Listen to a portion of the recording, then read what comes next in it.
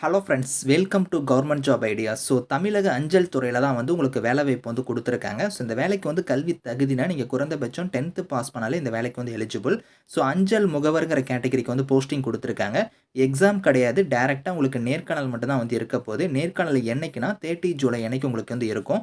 வயது வரம்ப பொறுத்தவரைக்கும் குறைந்தபட்சம் 18, அதிகபட்சமா 50 வயசுக்குள்ளார இருக்கிறவங்க இதுக்கு நீங்க அப்ளை பண்ணிக்கலாம். இப்ப இந்த வேலைக்கான நோட்டிஃபிகேஷன் டீட்டெயில்ஸ் நம்ம பார்க்கலாம். நீங்களும் நம்ம சேனல சப்ஸ்கிரைப் பண்ணலனா, சப்ஸ்கிரைப் பண்ணிக்கோங்க.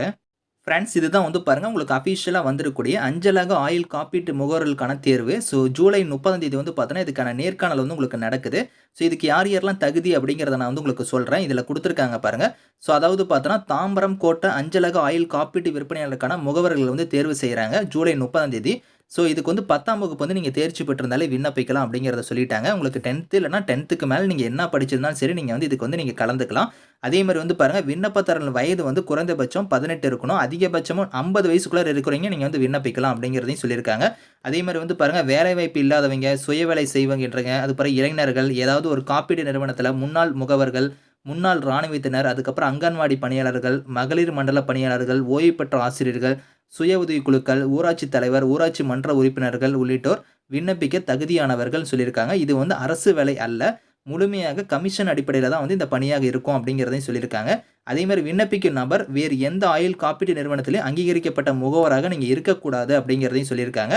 வேற எதுலயுமே நீங்க வந்து இருந்திறக்கூடாது. அதே மாரி வந்து பாருங்க, தேர்வு செய்யப்படுவோர் தேசிய சேமிப்பு சான்றிதழ் அல்லது குடியரசுத் தலைவரின் பெயரில் உறுதியளிக்கப்பட்ட கிசான் விகாஸ் பத்திரம் வடிவில் 5000 காப்பீடு தொகையை செலுத்த வேண்டியதா இருக்கும். தற்காலிக உரிம கட்டணமா ரூ. 50 நீங்க செலுத்தணும் அப்படிங்கிறத சொல்லிட்டாங்க. உங்களுக்கே தெரியும், போஸ்ட் ஆஃபீஸ்ல வந்து கிசான் விகாஸ் பத்திரம் அப்படின்னு ஒண்ணு இருக்கு. அதுல வந்து 5000 வந்து நீங்க டெபாசிட் வந்து பண்ணணும் அப்படிங்கிறத குடுத்துருக்காங்க.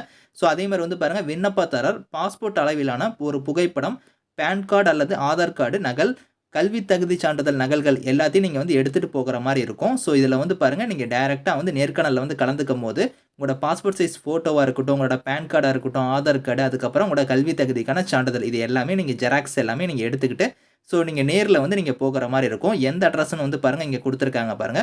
தாம்பரம் தலைமை அஞ்சலகத்தின் 1வது தளத்தில் நடைபெறும் அஞ்சலக ஆயுள் காப்பீட்டு விற்பனையாளருக்கான முகவர்கள் தேர்வுக்கான நேர்காணல் வந்து பாருங்க பங்கேற்கலாம் அப்படிங்கிற மாரி சொல்லிட்டாங்க. ஜூலை 30ஆம் தேதி வந்து பார்த்தோன்னா, இந்த அட்ரஸ்க்கு வந்து நீங்க நேர்ல போய் இதுல வந்து நீங்க கலந்துக்கலாம் அப்படிங்கிறத சொல்லியிருக்காங்க. விருப்பமும் தகுதி இருக்கிறவங்க இதுல போய் நீங்க கலந்துக்கோங்க.